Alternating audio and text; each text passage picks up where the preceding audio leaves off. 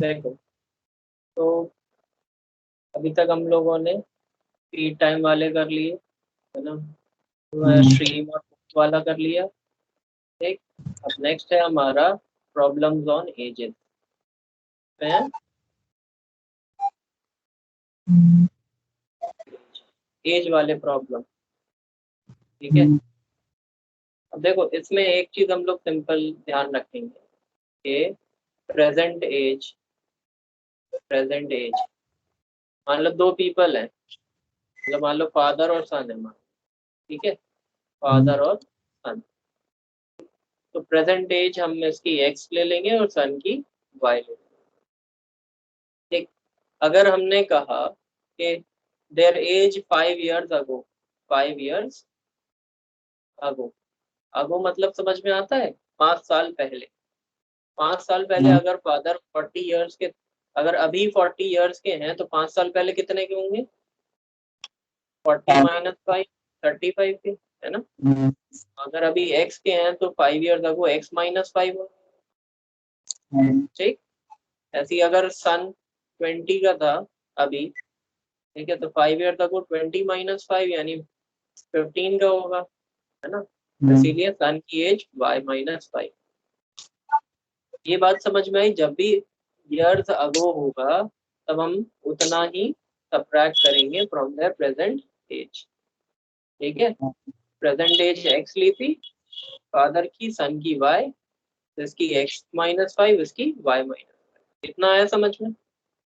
ठीक है, अब लिखा है 10 years, या तो लेटर लिखा होगा या हेंस लिखा होगा, आफ्टर लिखा होगा, ठीक है, कुछ भी लिखा है 10 years लेटर, हेंस, आफ्टर। तब अब क्या हो जाएगा? अगर अभी 40 का है तो आफ्टर 10 years कितना हो जाएगा? 50 के हो जाएंगे, है ना। अगर अभी 20 का है, आफ्टर 10 years 30 का। तो आफ्टर वाले में हम लोग क्या कर रहे हैं? ऐड कर रहे हैं। इतनी बात समझ में आई?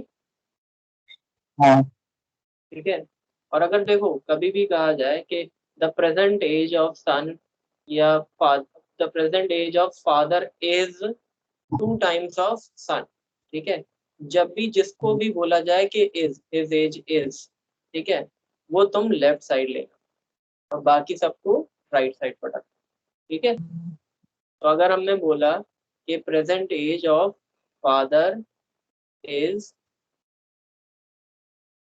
2 times ऑफ सन, ठीक है, तो प्रेजेंट एज में हमने क्या बोला है? फादर की क्या है प्रेजेंट एज?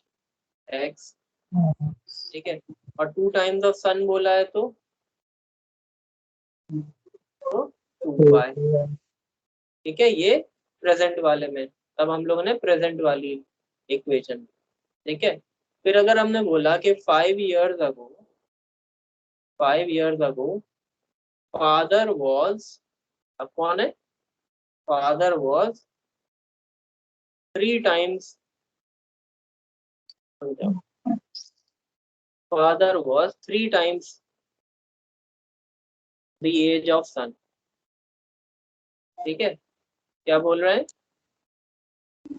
कि 5 साल पहले father was 3 times the age of the son. तो जब हम लोग 5 years अगो बोल रहे हैं तो हम लोग ये वाली इक्वेशंस लेंगे। ठीक है, एज, ये वाली एज लेंगे। तो फादर की एज 5 years अगो कितनी थी? x - 5। ठीक, और किसके इक्वल है? 3 times the age of sun. Son की एज कितनी थी 5 years अगो? y - 5, ठीक है, और उसका 3 times। ये बात समझ में आई कि नहीं आई कि हमने 3 times y - 5 का क्यों किया? ठीक है, इक्वेशन समझ में आई? ठीक है, अगर अब हमने बोला 10 years लेटर, क्वेश्चन में 10 years later father will be, father will be 2 more than 5 times the age of his son। ठीक है, तो इसका मतलब क्या, 10 ईयर्स लेटर फादर की एज क्या होगी 10 ईयर्स लेटर, x प्लस 10। ठीक है, will be 2 more than 5 times the age of the son. ठीक है, तो 2 more बोला है तो +2। ठीक है, अलग से लिख दिया। 5 time the age of the son, son की एज क्या होगी 10 ईयर्स लेटर, 5 + 10 होगा, है ना, और 5 टाइम्स बोला है तो ये करेंगे। तो ये इक्वेशन बनाना समझ में आया कि नहीं, डायरेक्ट सेंटेंस के अकॉर्डिंग। ठीक है,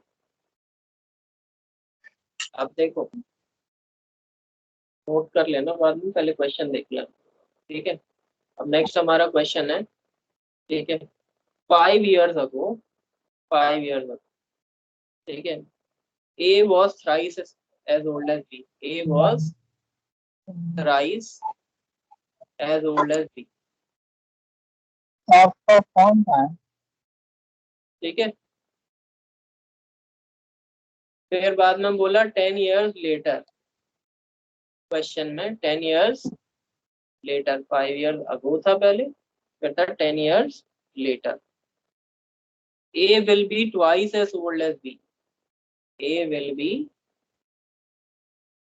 twice as old as B। ठीक, अब इसमें A और B की प्रेजेंट एज फाइंड करनी है, A की प्रेजेंट एज और B की प्रेजेंट एज। तो देखो प्रेजेंट एज हम लोग क्या लेते हैं हमेशा, प्रेजेंट एज A है और यहाँ B है, A हमने ले लिया x, B ले लिया y। फिर सबसे पहले 5 years अगो बोला है ना, तो 5 years अगो में हम लोग क्या करेंगे, x -5,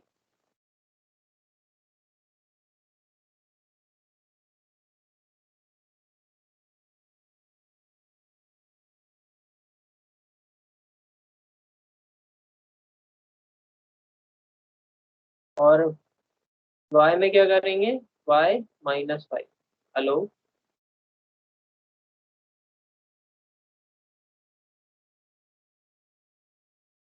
हेलो, हेलो। आ रही बस। ठीक है, देखो क्वेश्चन में क्या था कि 5 years ago A was thrice as old as B। ठीक है, और 10 years later A will be twice as old as B, और A और B की प्रेजेंट एज फाइंड कर।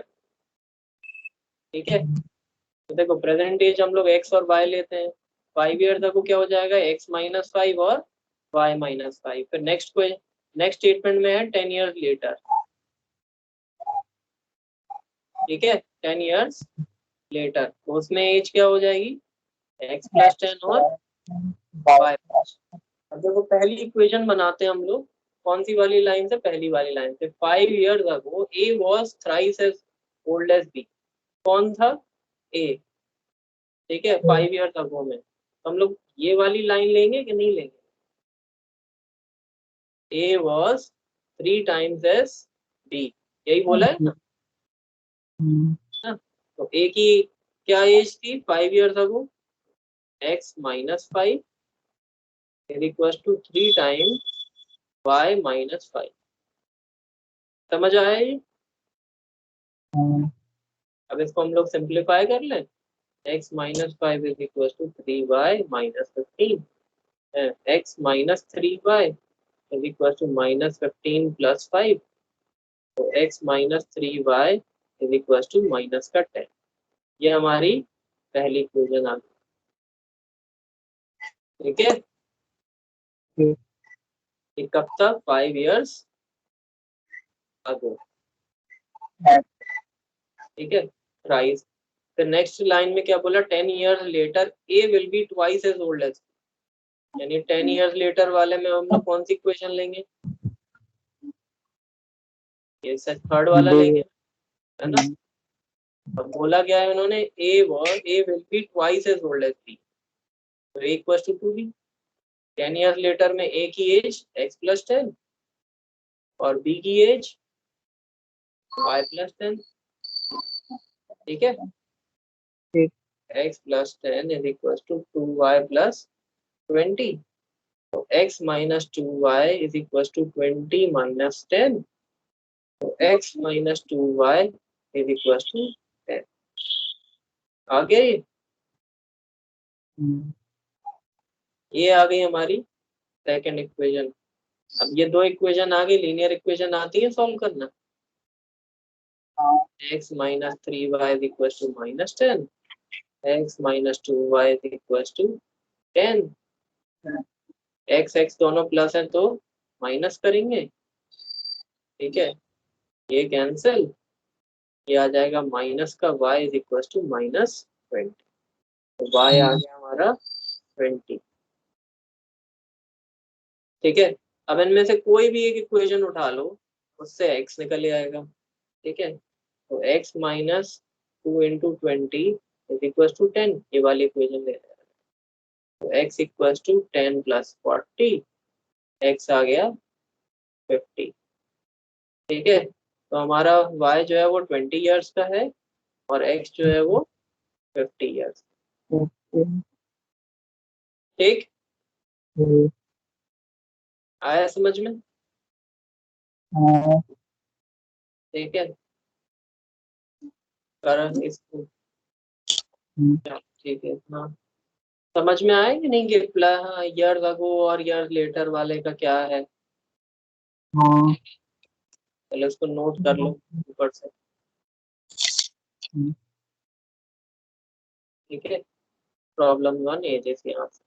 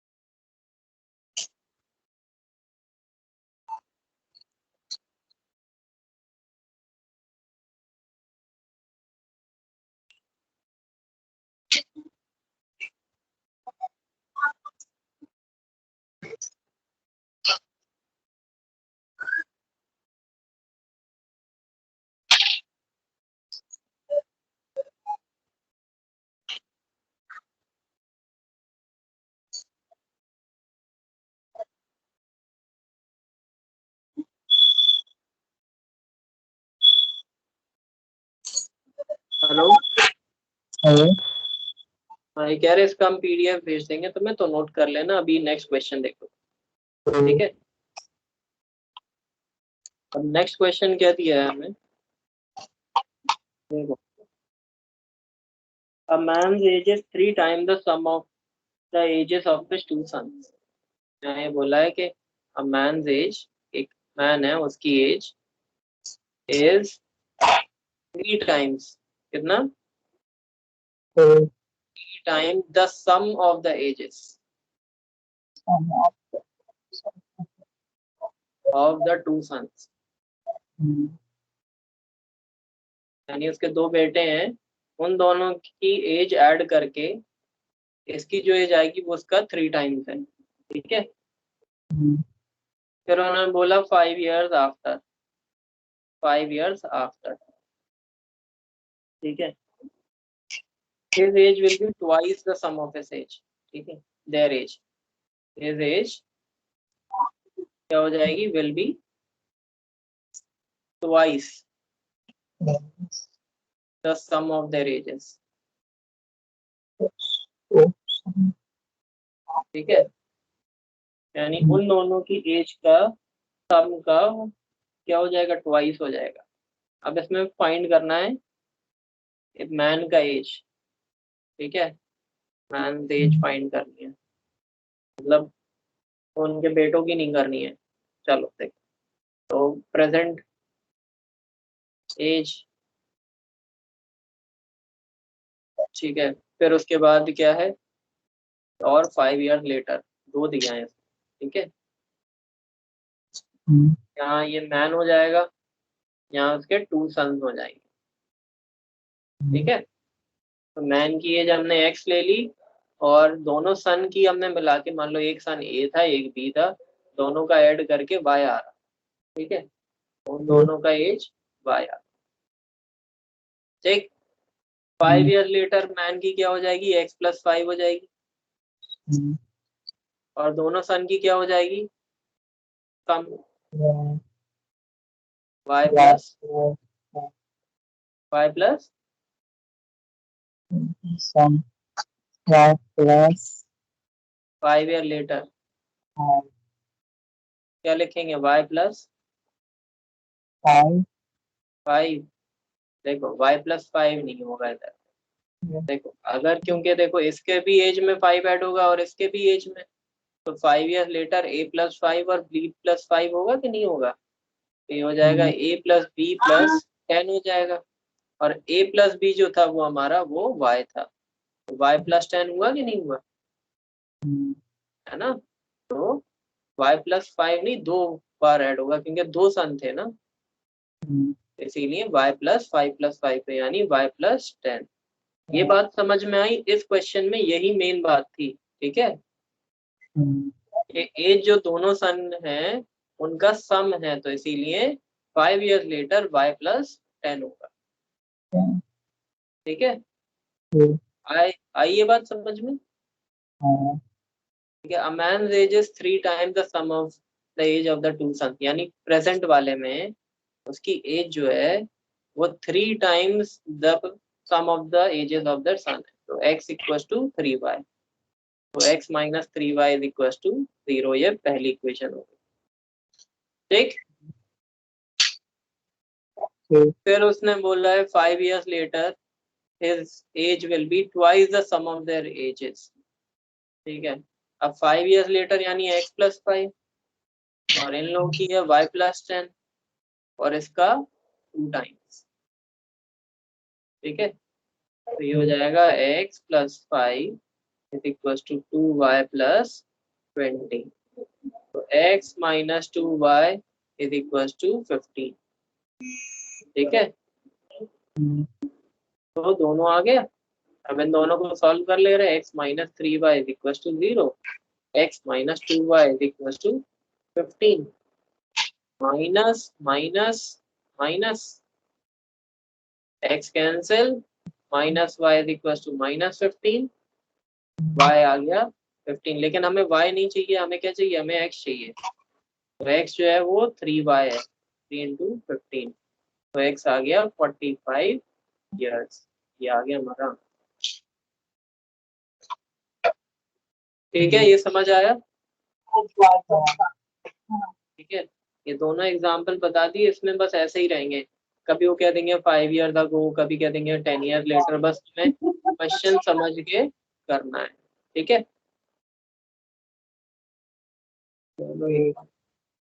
समझ आए।